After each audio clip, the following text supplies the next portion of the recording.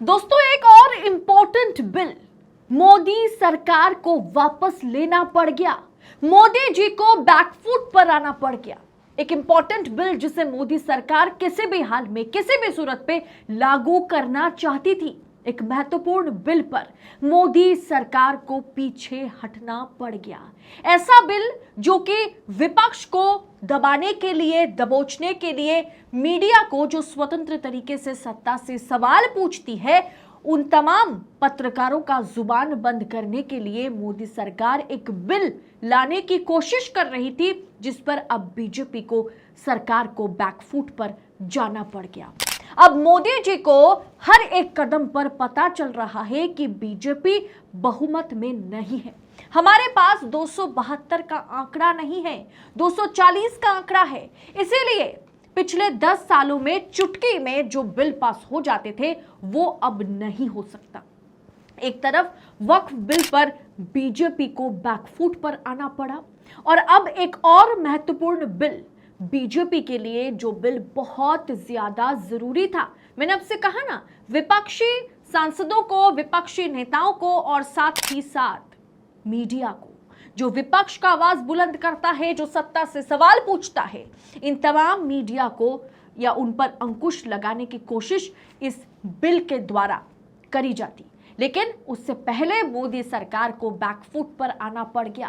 क्या है पूरा मामला? किस बिल पर मोदी जी को पीछे हटना पड़ा और क्यों हटना पड़ा, बताएंगे आगे आपको वीडियो में, तो विस्तार से वीडियो को आखिर तक देखिएगा।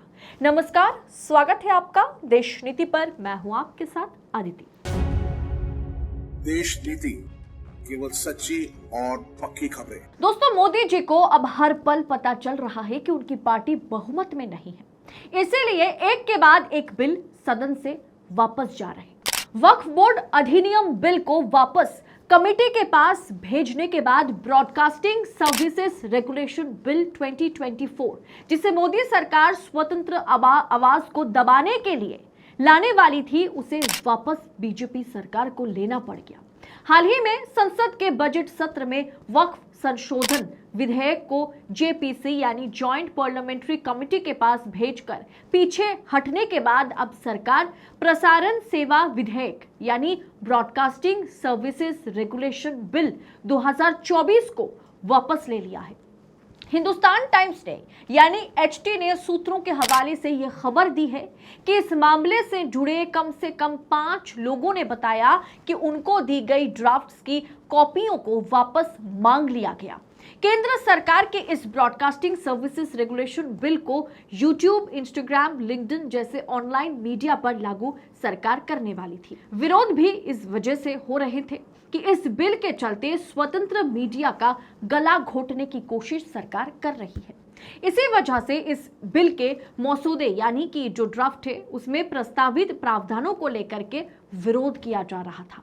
सरकार को चिताया जा रहा था, सुझाव दिए जा रहे थे, अगर सरकार इसे लागू करती है तो इससे लोकतंत्र नहीं, डिक्टेटरशिप देश में लागू होगा। तमाम जर्नलिस्ट एसोसिएशंस, डिजिटल संगठनों ने इस कानून के ड्राफ्ट को वापस लेने की मांग की थी। इन संगठनों का कहना था कि उस प्रस्तावित कानून का मकसद प्रेस की आजादी पर अंकुश लगाना है। दोस्तों, इस बिल के विरोध में देश नीति ने कई मर्तबा वीडियो बनाए, आपको समझाया भी कि ब्रॉडकास्टिंग सर्विसेज रेगुलेशन बिल जो है वो हमारे ऊपर पाबंदी लगाने की कोशिश के अलावा कुछ नहीं है। और देखिए, जीत कहीं ना कहीं विपक्ष की, जीत कहीं ना कहीं स्वतंत्र मीडिया की हुई कि कहीं ना कहीं मोदी सरकार को इस बिल पर पीछे हटना पड़ गया।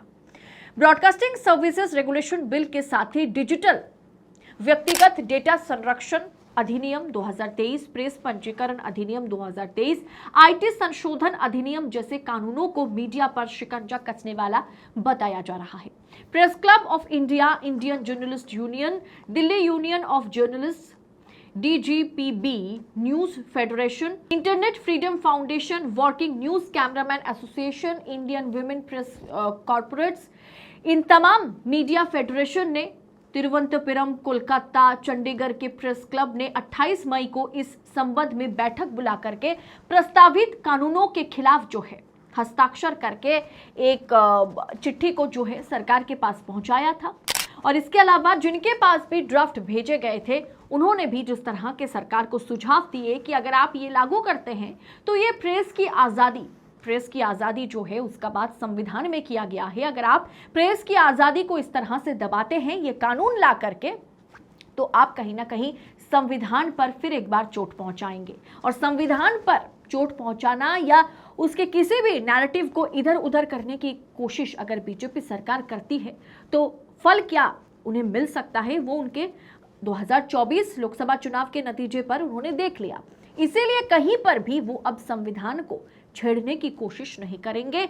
जो हमारी मौलिक अधिकारें हैं उन पर उसे ठेस पहुंचाने या उसके साथ छेड़छाड़ की कोशिश जो है सरकार नहीं करेगी, ये आप मान के चलिए, क्योंकि सरकार कर नहीं पाएगी, क्योंकि सरकार के पास इस बार वो बहुमत नहीं है जिसके दम पर चुटकी मार मार के बिलें जो है वो विधेयक जो है वो सरकार लोकसभा में पास करा लेगी, राज्यसभा में पास करा लेगी। ऐसा बीजेपी सरकार के लिए अब नामुमकिन सा हो गया है।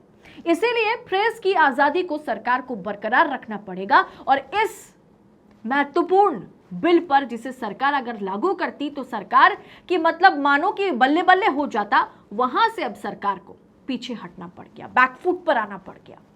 इस पर प्रशांत भूषण जो कि सुप्रीम कोर्ट के वरिष्ठ वकील हैं, उन्होंने क्या ट्वीट किया मैं आपको बताती हूँ। The ministry of information and broadcasting on Monday has withdrawn the latest draft of the broadcasting services regulation bill 2024 by asking all stakeholders to return physical copies given to them. Victory for the people and the alternative media. यानी प्रशांत भूषण का कहना है कि सरकार ने जिन लोगों को ये ड्राफ्ट दिया था पढ़ने के लिए, समझने के लिए, समझाने के लिए, सुझाव देने के लिए, उन्होंने जो भी जिस तरह के भी सुझाव दिए जिसके बाद सरकार ने उनसे कॉपियां मांग ली। और ये एक बड़ी जीत विपक्ष के लिए है और अल्टरनेट मीडिया के लिए है, यानी निष्पक्ष और स्वतंत्र मीडिया के लिए एक बड़ी जीत है।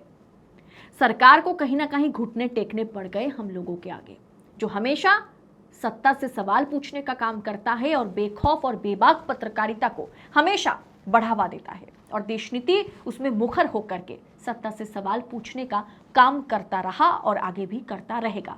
बस हमें आपसे अपील है कि देखिए आज जिस तरह का माहौल बन गया है उससे कहीं ना कहीं सरकार को भी झुकना पड़ रहा है, मनमर्जियां नहीं सरकार चला पा रही है। ऐसे में आपका भी फर्ज बनता है कि आप देश नीति का भरपूर साथ दें, सपोर्ट करें फ्री जर्नलिज्म को, मीडिया आजाद रहे, इसके लिए आपकी सहयोगिता की सबसे ज्यादा देश नीति को जरूरत है। चैनल को सब्सक्राइब जरूर कीजिएगा और इस पूरे विषय पर आपकी राय क्या है, आपकी टीका टिप्पणी क्या है, कमेंट बॉक्स में लिखना मत भूलिएगा। फिलहाल इस रिपोर्ट में इतना ही, जल्द होगी आपसे मुलाकात। बहुत बहुत शुक्रिया। जय हिंद, जय भारत।